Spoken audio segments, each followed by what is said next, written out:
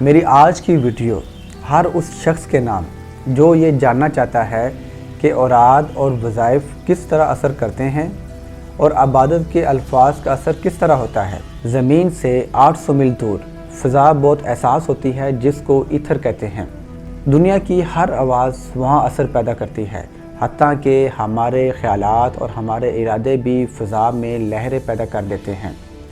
جب ہم مصیبت میں دعا کرتے ہیں تو ہمارے جذبات کی قوت ایموشنل انرجی عالم بالا میں زبردست لہریں پیدا کر دیتی ہیں۔ یہ لہریں جب عالم بالا میں فیض رسا طاقتوں یعنی جنات، فرشتے اور پاک روحوں سے ٹکراتی ہیں تو ان قوتوں کو یہ بے چین کر دیتی ہیں۔ وہ قوتیں یا تو خود آ کر دعا کرنے والے کی رکاوٹ کو دور کر دیتی ہیں یا قوت ارادی سے وہاں سے ایک لہر چھوڑتی ہیں جو ہمارے دماغ میں آ کر ایک تجویز کی شکل سمجھا دیتی ہیں، جس پر عمل کر کے ہم اپنی تکلیف کو دور کر دیتے ہیں۔ یہ تمام قوتیں اللہ کی اجازت کے بغیر حرکت نہیں کرتی۔ کچھ مصائب گناہوں کی وجہ سے نازل ہوتے ہیں۔ یہ قوتیں ان کے دلوں میں اللہ کی طرف رجوع اور اللہ سے توبہ کرنے کی خواہش پیدا کر دیتی ہیں، جو ان کی مصیبت کو رفع کرنے کا سبب بنتی ہیں۔ ایک انگریز RW9 نے لکھا ہے کہ ہمارا ہر خیال ایک لہر ہوتا ہے جو ہمارے دماغ سے نکلنے کے بعد مناسب صلہ لے کر واپس آ جاتی ہے۔ اسلام میں آہذاری کی پکار اور دل سے نکلنے والی کی پکار کا ذکر قرآن مجید میں سورۃ النحل میں اس کی آیت کا ترجمہ ہے، یعنی اضطراب کرنے والے کی پکار کا جواب اللہ کے سوا کون دیتا ہے۔ دنیا کی ہر شے سے لہریں نکلتی ہیں، اسی طرح عبادت گزار بندوں کے الفاظ، ان کے جذبات اور ان کے خیالات سے بھی مختلف لہریں نکلتی ہیں جو مختلف انداز سے اثر کرتی ہیں۔ ان کی شدت عبادت کی نوعیت پر منحصر ہے۔ گرمیوں میں جب بادل چھا جائیں، ہلکی بوندیں برسنے لگیں تو ہر شخص کا دل چاہتا ہے کہ وہ کچھ آم لے کر دریا پر پکنک کرے۔ چاندنی رات، فصل بہار اور برسات کی برکھا رود ایک خاص اثر رکھتی ہیں۔ یہ آسمان سے نکلنے والی لہروں کا اثر ہوتا ہے۔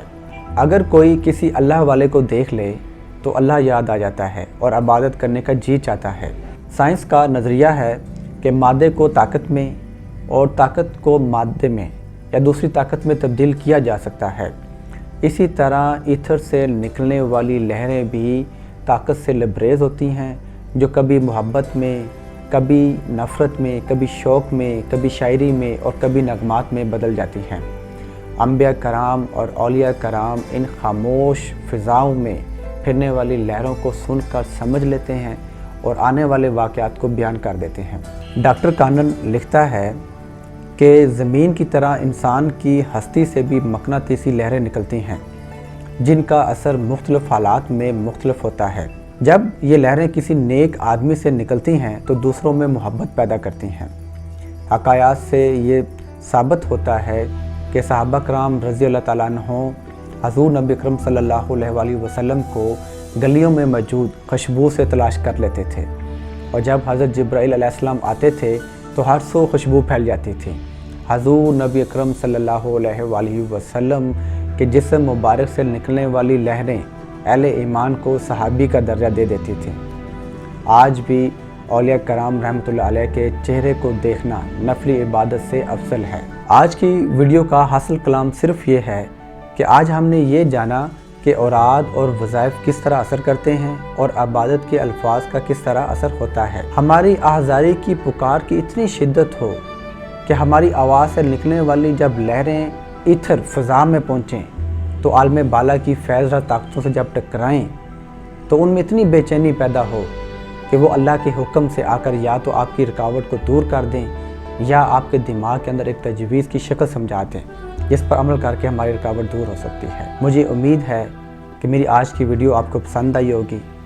دعا ہے کہ اللہ اپنے سوا اپنی کسی مخلوق کا محتاج نہ بنائے اور ہمارے لیے آسانیاں پیدا فرمائے اور ہمیں آسانیاں بانٹنے کی توفیق دے۔ Thank you very much. اللہ حافظ۔